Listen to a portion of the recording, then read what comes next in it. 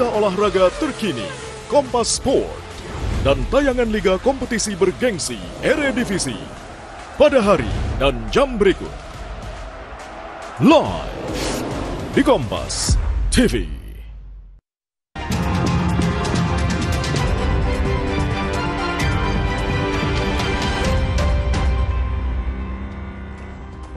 Kami lanjutkan informasi di Kompas Petang, Saudara. Partai Nasdem menonaktifkan Ahmad Saroni dan Nafa Urba sebagai anggota DPR RI. Langkah ini diambil Ketua Umum Partai Nasdem Surya Paloh karena dinilai keduanya telah menciderai perasaan rakyat dan menyimpang dari perjuangan partai. Dalam pernyataan persnya, Saudara, Sekjen Partai Nasdem Hermawi Taslim menyampaikan Partai Nasdem resmi menonaktifkan Ahmad Saroni dan juga Nafa Urba per tanggal 1 September 2025 dari posisinya sebagai anggota DPR RI dari fraksi Nasdem. Partai Nasdem menyebut aspirasi masyarakat harus tetap menjadi acuan utama dalam perjuangan partai.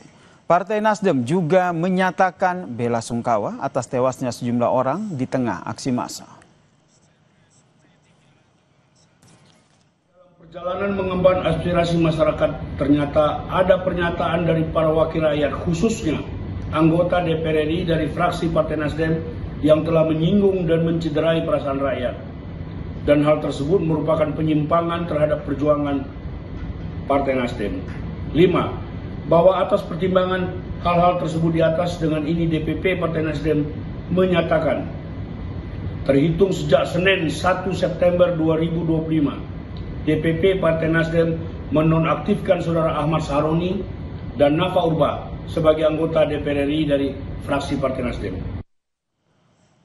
Selain itu, Saudara, DPP Partai Amanat Nasional juga menonaktifkan Eko Hendro Purnomo atau Eko Patrio dari anggota DPR menyusul desakan publik atas kritik kepada Sekjen PAN itu.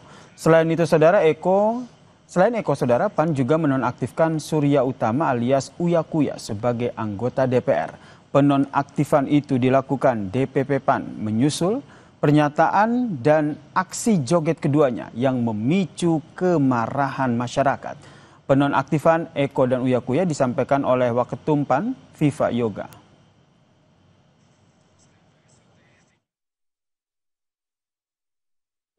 Mencermati dinamika dan perkembangan saat ini, DPP Partai Amanat Nasional memutuskan untuk menonaktifkan saudaraku Eko Hendro Purnomo dan saudaraku Surya Utama sebagai anggota DPR RI dari fraksi Partai Amanat Nasional DPR RI terhitung sejak hari Senin 1 September 2025. Ramai-ramai minta maaf usai di demo, bahkan partainya sudah menonaktifkan mereka sebagai anggota DPR, Saudara.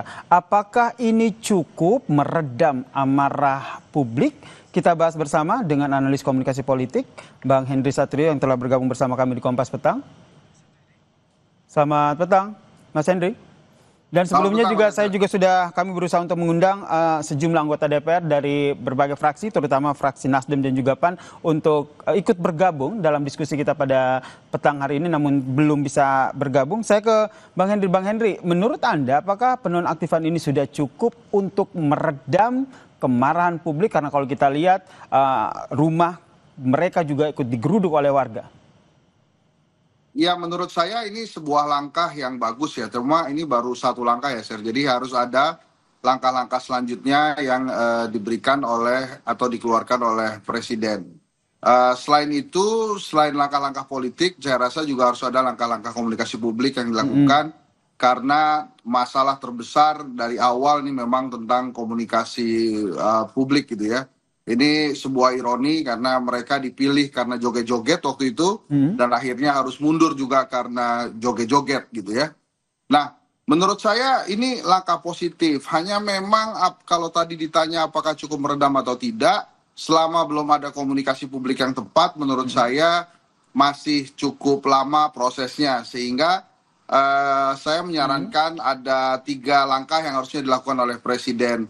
Yang pertama, Presiden memerlukan tokoh-tokoh masyarakat yang bisa membuat situasi adem ayem gitu ya. Maka saya menyarankan Presiden untuk segera bertemu dengan Presiden ke-5, ke-6, ke-7, serta wakil-wakil Presiden seperti Pak Budiono, Yusuf Kalla, maupun Ma'ruf Amin.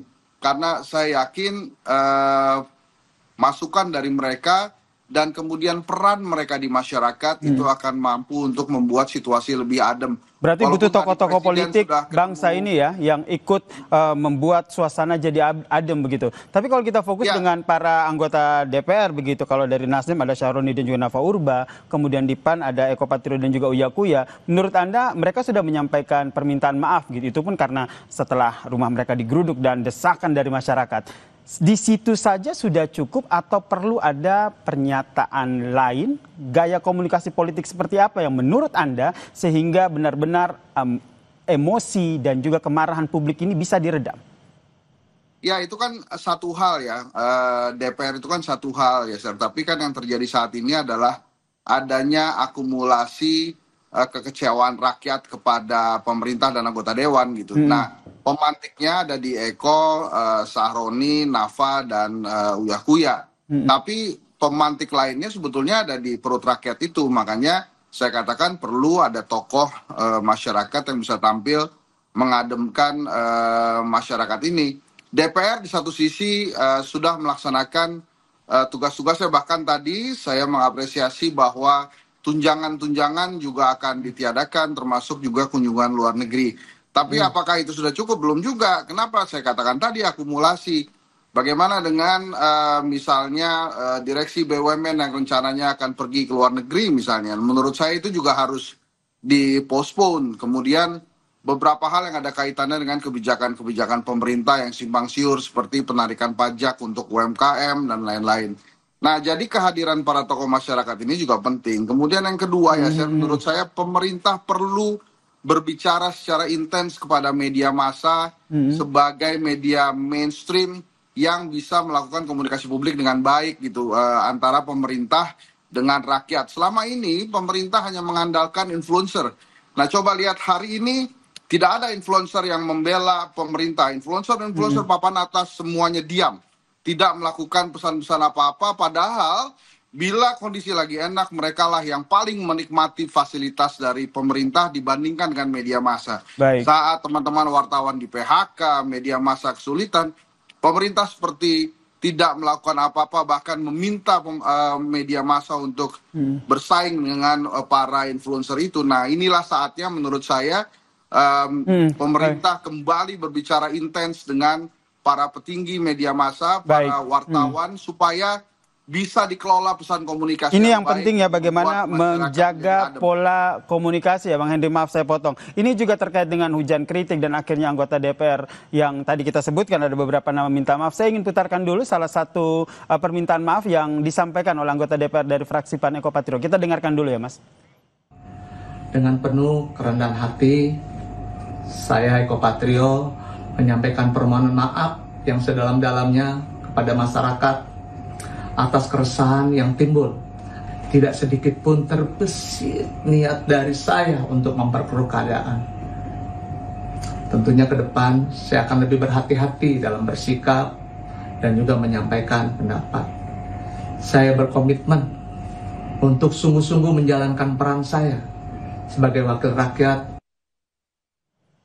Bang Henry, seperti yang tadi disampaikan, minta maaf saja tidak cukup anggota DPR satu hal, tapi di lain hal memang ada peran pemimpin negara kita, itu Presiden Prabowo, yang juga tadi sudah mengusulkan bahwa meminta mencabut tunjangan DPR tersebut.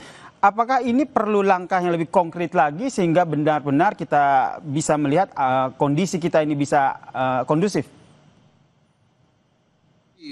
Mas Yasir, jadi makanya tadi saya katakan perlunya pemerintah berbicara dengan media-media massa untuk mengamplifikasi pesan-pesan positif dari Presiden Prabowo tadi. Presiden sudah menyampaikan hal-hal yang menurut saya baik ya.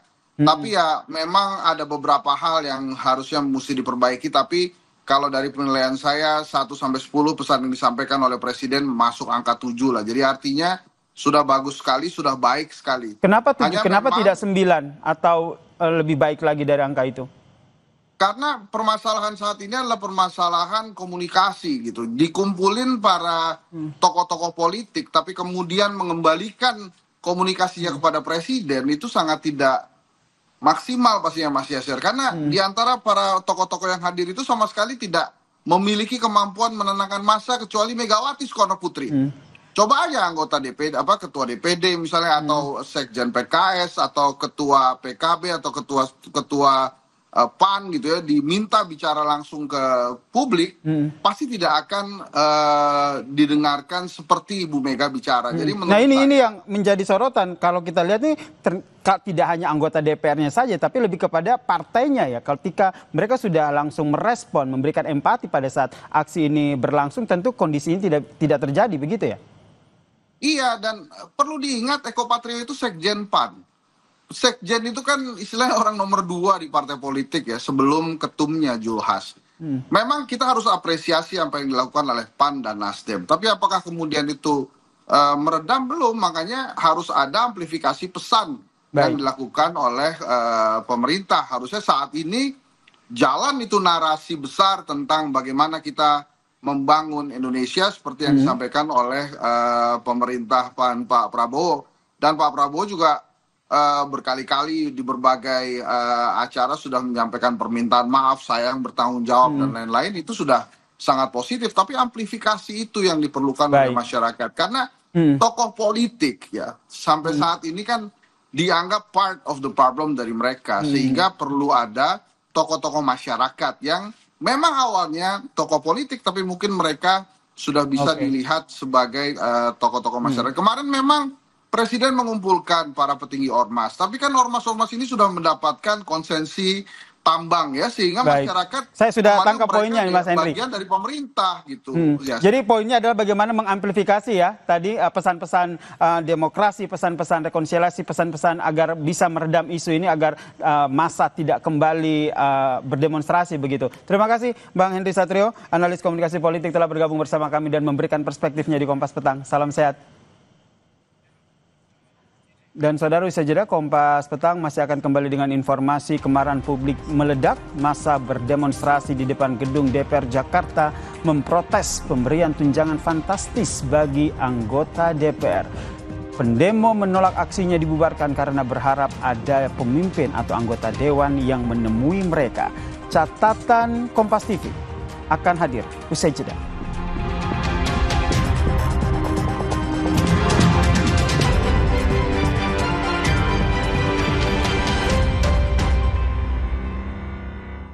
Bung apa 4 terobosan yang terbaik?